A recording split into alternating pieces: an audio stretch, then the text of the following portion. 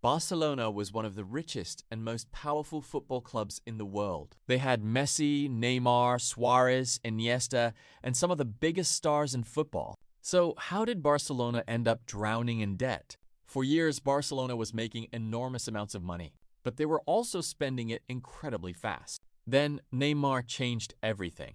In 2017, PSG paid a world record €222 million to sign him. Barcelona suddenly had a fortune to rebuild their team.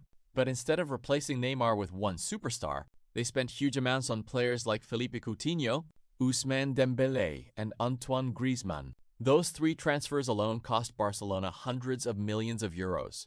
And transfer fees weren't the only problem. Barcelona's wage bill became enormous. Lionel Messi had a massive contract, while other players were also earning huge salaries. As long as Barcelona's revenue remained extremely high, the club could keep going. Then COVID-19 arrived. Camp Nou was suddenly empty. Matchday income collapsed. Tourism disappeared, and Barcelona's financial problems became impossible to ignore. By 2021, the club was carrying enormous debts and financial obligations. Then came the moment nobody thought they would ever see. Lionel Messi left Barcelona. Messi wanted to stay. Barcelona wanted him to stay. But the club said financial and La Liga registration restrictions prevented them from completing a new contract. Their greatest player walked away for free.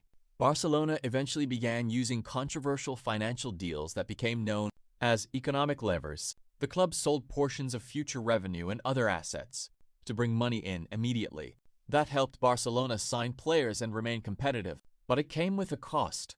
Barcelona was giving up some future income to solve problems today. Think about that. One of the biggest football clubs on earth went from having Messi, Neymar, and Suarez to selling parts of its future revenue just to strengthen its finances. Barcelona didn't become poor overnight. Years of huge transfer spending, massive wages, financial decisions, and then the devastating impact of COVID created the perfect storm, and it became one of the biggest warnings in football. It doesn't matter how big your club is. If you keep spending faster than you can afford, eventually the bill arrives.